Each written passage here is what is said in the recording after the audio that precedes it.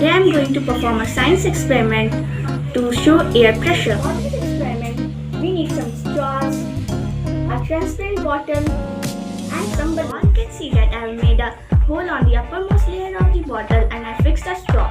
And after that I will blow this balloon and fix it on the top of the bottle.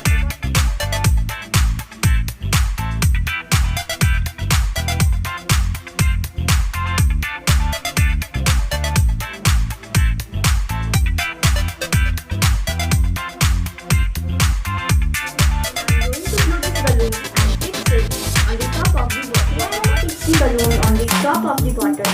Now I am going to remove my hand. Now you all can see that the water is coming out from the bottle. This is because the air which is present in the balloon is pushing the water to come outside, and the water is coming out from the help of straw.